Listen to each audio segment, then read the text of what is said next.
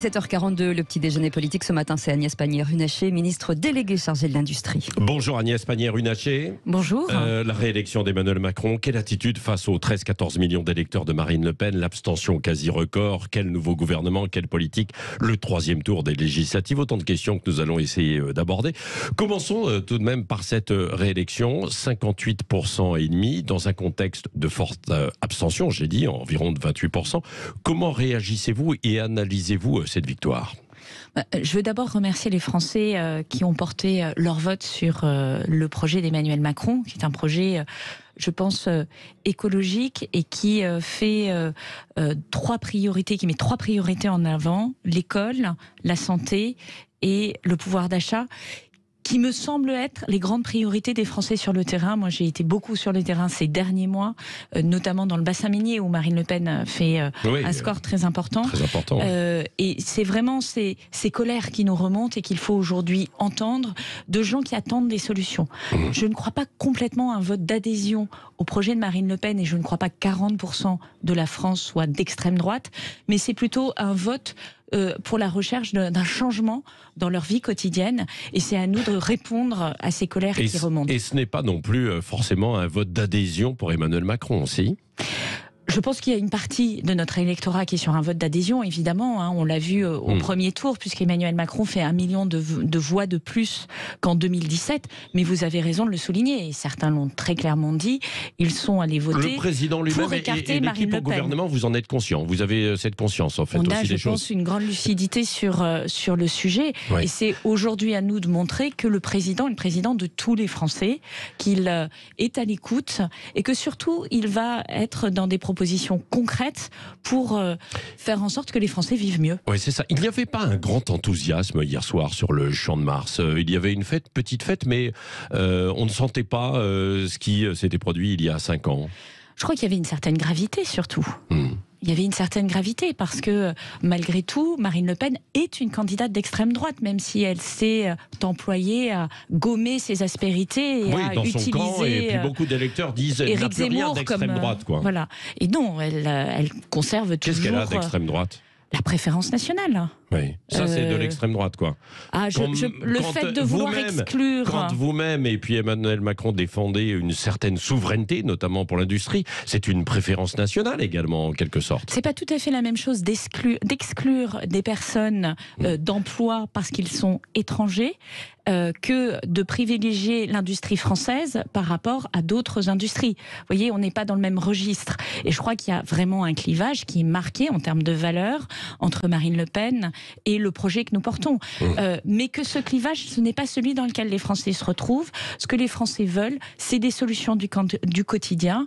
Et au fond, Marine Le Pen, et encore une fois, je le vois beaucoup en entendant les gens sur les marchés, elle va réunir des colères qui ne sont pas réconciliables. Moi, je me fais interpeller sur le fait qu'on a augmenté les minima sociaux sur le thème « Vous donnez trop à des gens qui ne travaillent pas ». Mais je me fais de l'autre côté interpeller par des gens qui sont en difficulté et qui sont aux minima sociaux. Alors, donc vous voyez, et ces deux vont me dire je vais voter Marine Le Pen parce qu'après tout j'ai tout essayé, pourquoi pas elle? Donc ce n'est pas un vote d'adhésion. C'est irréconciliable, ça, ou pas alors? Non, je crois que surtout, encore une fois, il faut et comprendre ces colères et apporter des réponses concrètes. Je vais vous donner un exemple très simple. Lorsque le président Macron annonce qu'il va réindexer les retraites au 1er juillet pour faire en sorte que ces retraites progressent au rythme de l'inflation, il a une réponse rapide à une problématique qui concerne des millions de Français. Et nous devons être dans ces gestes du quotidien, c'est-à-dire que les grandes réformes, c'est très bien, mais il faut que ces réformes change le quotidien des Français.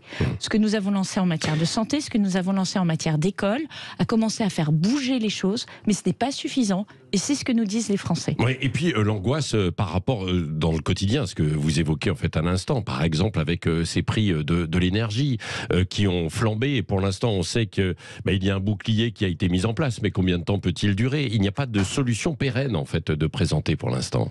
Si, bien sûr qu'il y a une solution pérenne. C'est le fait de se désensibiliser, de ne plus avoir besoin de gaz naturel et de carburant. C'est la transition énergétique que nous avons entamée à marche forcée. pensez c'est impossible en fait dans l'immédiat. Alors je ne crois pas. Pour faire tourner... Je ne crois pas.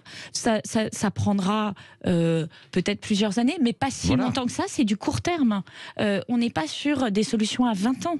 On est sur des solutions qui prendront que quelques années et qui vont drastiquement changer la donne. Avec quelle énergie alternative qui va fonctionner ? Mais les énergies renouvelables, et c'est bien là oui, mais où... pas à ce point, vous le savez. Eh bien, pour faire tourner toutes les industries et l'ensemble en fait des ménages pour se chauffer, pour fonctionner, pour circuler. C'est là où notre politique énergétique, elle est fondée sur des faits scientifiques et des expertises.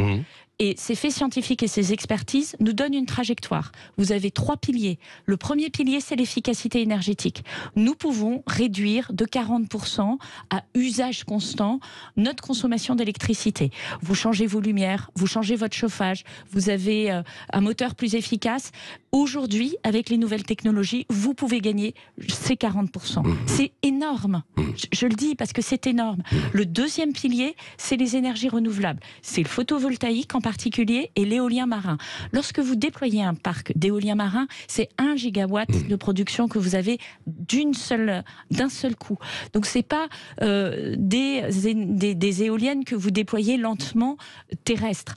Au surplus, aujourd'hui, une éolienne terrestre nouvelle et 2 fois plus efficace qu'une éolienne qui a été construite il y a 15 ou 20 ans. Donc tous ces éléments-là sont des vecteurs de gains mais évidemment, on ne va pas faire un débat sur l'énergie ce matin. Non, parce qu'on sait que par exemple le photovoltaïque, ça fonctionne dans la journée et que les ménages se chauffent en fait la nuit et qu'ils ne peuvent pas non plus stocker pour l'instant. C'est pour ça qu'il y a des solutions de stockage. Vous voyez, attention, la science aujourd'hui est en train de faire basculer. Ne sont pas encore au point. Il ne faut pas donner en fait de fausses solutions. Vous le savez, en fait, pour les particuliers, ce n'est pas encore au point. Je ne donne pas de fausses solutions, mais je constate qu'on a énormément progressé sur ces sujets-là ces dernières années et qu'il ne faut pas dire c'est impossible sur l'intermittence. Il va falloir accélérer. Agnès Pannier-Runacher. Alors donc on a compris les messages que le chef de l'État doit entendre en fait. Un message social aussi, c'est ça ? Message sur le pouvoir d'achat. Message sur le pouvoir d'achat dans un moment où l'inflation redémarre, ce qui est nouveau pour notre économie. On n'a pas connu ça depuis 20 ou 30 ans.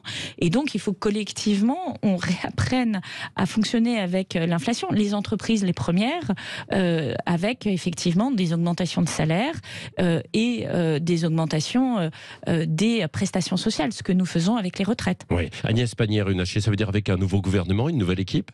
Probablement avec une nouvelle équipe. Ça sera au président de la République et à son Premier ministre qu'il appartiendra de faire ses choix. Mais je crois que le président a été très clair. Il veut rassembler les Français, il veut les unir, il veut un gouvernement apaisé et il enverra des signaux dans ce sens. Donc ça veut dire qu'on va avoir un gouvernement élargi, quoi. Sur en fait l'ensemble des forces politiques qui se sont exprimées lors de ces élections présidentielles. Encore une fois, je crois que c'est au président de la République et au Premier ministre de choisir.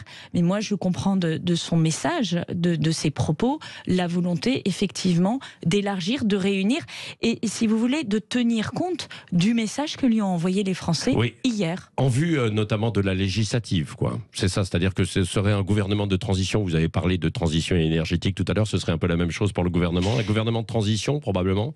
Les législatives, c'est un combat que nous allons entamer sur ce projet, où on va, je dirais, porter ces 4 priorités, l'écologie, le pouvoir d'achat, l'école et la santé. Et autour de ce projet, effectivement, embarquer autant que possible tous les hommes et les femmes de bonne volonté qui sont prêtes à soutenir ce projet. Vous n'avez pas parlé de sécurité. Pourtant, ça fait partie quand même des priorités qui restent affichées par les électeurs. On l'a vu lors de sondages sortis des urnes hier. Je crois que d'abord, beaucoup de choses ont été faites sur la sécurité en matière législative. Vous savez que nous sommes le premier gouvernement depuis des années à avoir recruter des forces de l'ordre et notamment 10 000 nouveaux policiers. Ces policiers, ils sont récemment déployés sur le terrain. Il ne s'agit pas de décider de recruter 10 000 policiers. Il faut les recruter, il faut les former, il faut les déployer sur le terrain. Ça prend quelques mois, quelques années. C'est fait maintenant. Et je pense que ces décisions, de même que les lois que nous avons prises contre l'islamisme politique, contre l'indélinquance, vont porter leurs fruits dans les semaines et mois qui viennent. Oui. Qu'est-ce qui est prévu, Agnès Pannier-Runacher, sur votre agenda cette semaine, vous ? Alors, moi, je continue à travailler. Vous savez que je préside ministre en charge de l'industrie. Je préside le Conseil compétitivité de l'Union européenne. Je dois préparer plusieurs textes. Le texte qui doit être prochainement adapté de lutte contre les subventions étrangères. Typiquement, un texte qui doit permettre de remettre de la concurrence loyale entre des pays comme la Chine qui subventionnent mais ce qui veut dire que vous travaillez toujours cette semaine, quoi. Oui, tout à fait. Je serai dans Conseil des ministres mercredi. Dans 4 heures. Alors ça, on verra aussi la convocation, puisque les ministres délégués sont convoqués en fonction de l'agenda. Mais je serai à 14 heures sur le bassin minier pour accompagner les opérations de déploiement de nouvelles industries dans le bassin minier. En tout cas, votre agenda est complet pour cette semaine. Tout à fait. Voilà. Et s'il y a changement de gouvernement, ça pourrait être fin de semaine, la semaine prochaine ? Encore une fois, c'est au président de la République d'en décider. On va d'abord attendre la proclamation officielle des résultats par le Conseil constitutionnel. Mercredi, jeudi. On ne va pas remplacer le Conseil constitutionnel dans ses travaux. Et j'imagine que dans la foulée, Jean Castex sera amené à présenter la démission du gouvernement, comme cela est l'usage. Merci beaucoup Agnès Pannier-Runacher, ministre en charge de l'industrie, d'avoir été la première invitée de Sud Radio. Merci beaucoup.